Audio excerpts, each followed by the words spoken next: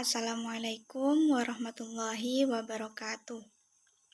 Perkenalkan, nama saya Arifatun Naili Afrilia dari kelas Informatika B Universitas Bahauddin Mudari Madura. Saya akan menjelaskan beberapa soal yang sudah saya buat sendiri, yaitu tujuannya untuk memenuhi UAS dari mata kuliah Engineering Logic.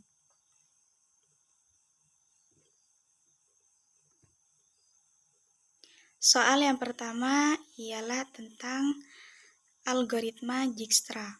Pertanyaannya, tentukan lintasan terpendek dari A ke H. Berikut ialah gambar yang sudah saya buat juga. Dari gambar sini, untuk kita menemukan hasil jawabannya, kita harus berada di titik simpul A. Kita akan memilih kemana kita akan berjalan. Yang terpendek atau yang terkecil nilainya ada dua pilihan, yaitu antara A ke C dan A ke D. Kalau kita memilih jalan dari A ke C, maka nanti di C kita memiliki dua jalan, di mana ada 13 dan ada 16. Otomatis itu akan bukan jadi terpendek, malah makin lama, yaitu jadi yang panjang. Pilihan terakhirnya ialah kita harus memilih dari simpul A ke simpul D, yaitu sama-sama mempunyai nilai 7. Dari D kemudian kita ada dua pilihan, antara D ke E dan D ke G. Kita pilih yang terkecil, yaitu D ke G, yaitu nilainya 10. Kemudian dari G itu juga ada dua pilihan, antara G ke E dan G ke H.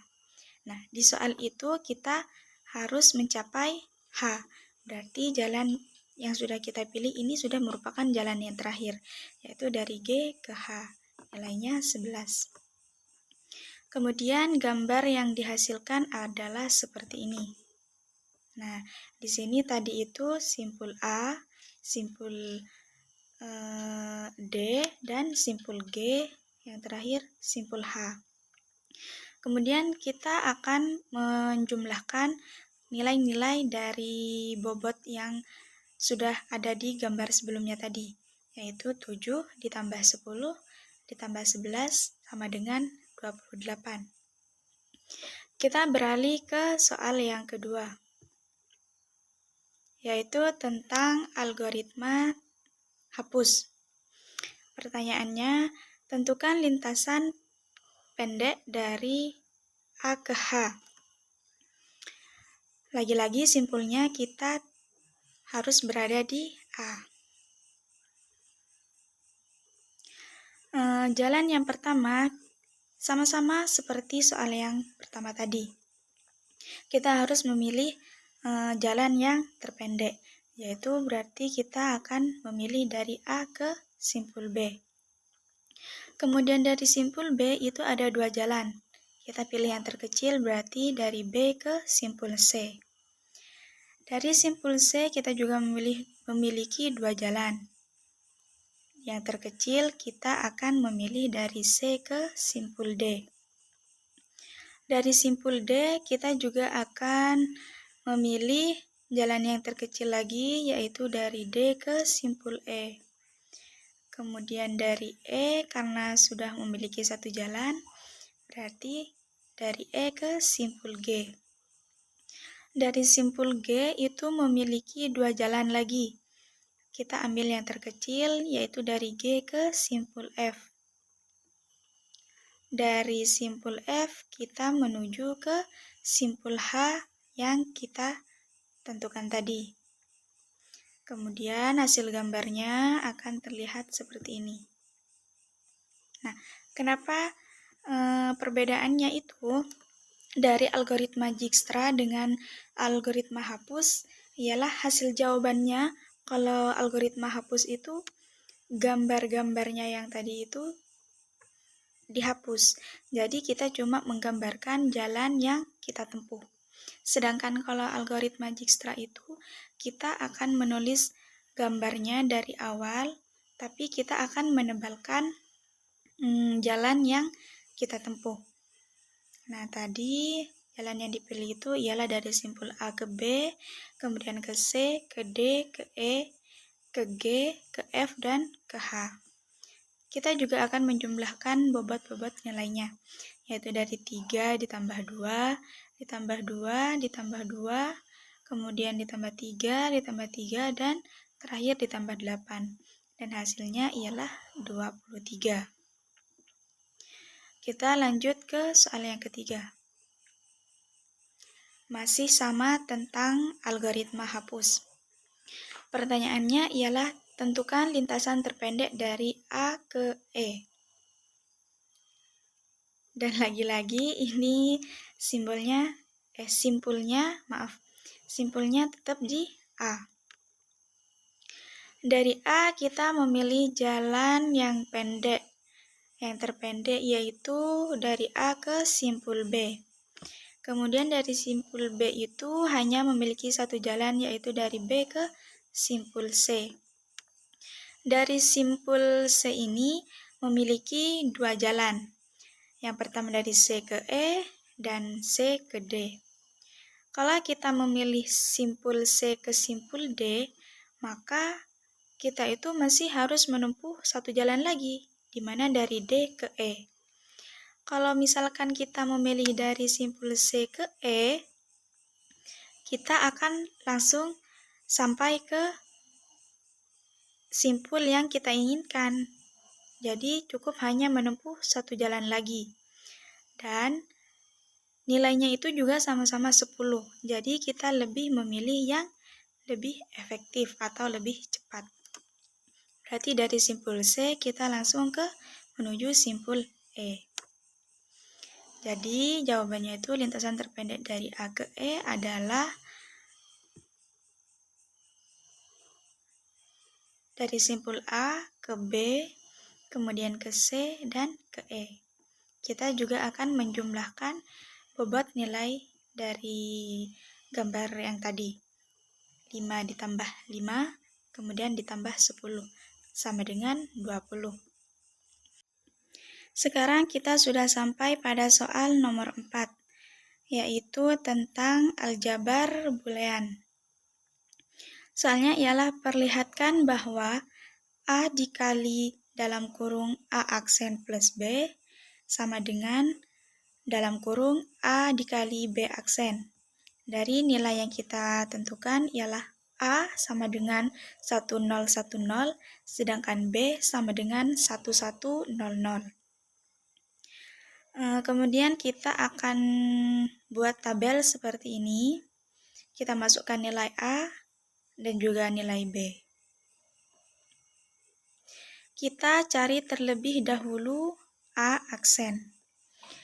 A aksen ini bisa diumpamakan kalau dalam materi logika itu sama seperti negasi. Negasi itu ialah kebalikannya. Jadi A aksen ini merupakan kebalikannya dari A. Di mana kalau A di sini 1010, maka A aksennya itu menjadi 0101. Kemudian yang kedua, kita mencari nilai B aksen. Sama seperti tadi, yaitu kebalikannya. Di sini nilai B-nya ialah 1100. Kemudian hasil B aksennya ialah 0011. Kemudian kita juga akan mencari nilai dari A aksen plus B. Di sini A aksennya sudah diketahui, kemudian kita akan mencari A aksen plus B. Plus dalam aljabar di sini dalam materi logika juga itu dapat diumpamakan seperti disjungsi, ya seperti disjungsi. Kalau disjungsi itu maka nilai yang ditentukan itu ialah salah ketemu salah. Di sini A aksen plus B. nilai yang salah ketemu salah itu ialah 0 ketemu 0. Berarti di sini ditulis 0, kemudian yang lainnya dianggap benar, yaitu bernilai 1, 1, dan 1. Kemudian soal yang kita inginkan itu ialah A dikali dalam kurung A aksen plus B. Nah, sedangkan tadi kita sudah dapat menentukan nilai dari A aksen plus B. Jadi sekarang kita akan mengalihkan dengan nilai A. Berarti dari nilai A ke A aksen plus B. Kalau perkalian itu dalam aljabar bisa diumpamakan di materi logika itu juga dalam bentuk konjungsi, di mana konjungsi itu ialah nilai yang ditentukan ialah benar ketemu benar. Jadi kita lihat dari sini yang benar ketemu benar ialah yang paling atas. Maka benar ketemu benar hasilnya menjadi 1. Berarti yang lainnya itu akan bernilai 0. Nah, kemudian yang terakhir kita soal yang diinginkan ialah dalam A dikali B aksen. Berarti ini nilai A dan ini nilai B aksen. Perkalian lagi, jadi benar ketemu benar yang harus dicari.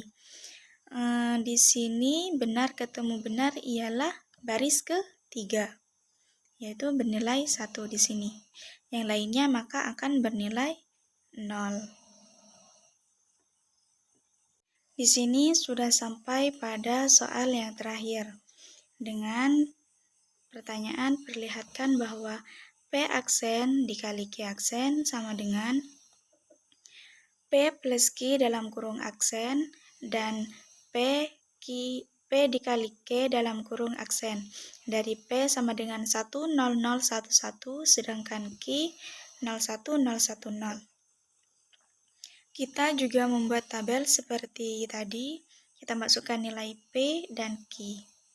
Maka pertama kita akan mencari nilai P aksen, yaitu kebalikan dari P, ialah 0, 1, 1, 0, 0.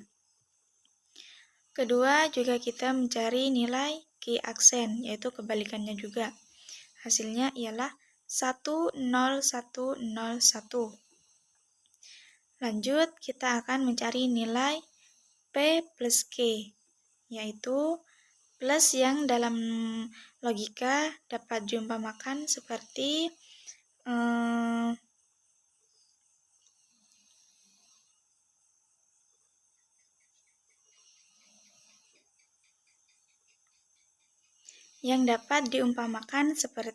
disjungsi. Maka kita akan mencari nilai dari P dan Q yaitu salah ketemu salah. Ada di baris ke-3. Maka bernilai 0 dan yang lainnya bernilai 1. Terus kita mencari nilai P dikali Q. Karena perkalian, maka ini sama dengan konjungsi, yaitu kita akan mencari nilai benar ketemu benar. Ada di baris ke-4, yaitu benar ketemu benar hasilnya 1, yang lain 0. Nah, kita sudah akan mencari nilai P aksen dikali Q aksen. Kita akan mencari nilai benar ketemu benar, yaitu di baris ke-3. Bernilai 1 dan yang lainnya 0. Terakhir, P plus Q dalam kurung aksen. Berarti nilai P plus Q sudah kita cari tadi, tinggal kita negasikan atau kebalikannya, yaitu 0, 0, 1, 0, 0. Baik, hanya itu 5 soal yang dapat saya buat. Sekian terima kasih dari saya. Mohon maaf apabila penjelasan yang saya buat terdapat kekeliruan atau salah dalam penjelasan. Kurang lebihnya mohon maaf. Wassalamualaikum warahmatullahi wabarakatuh.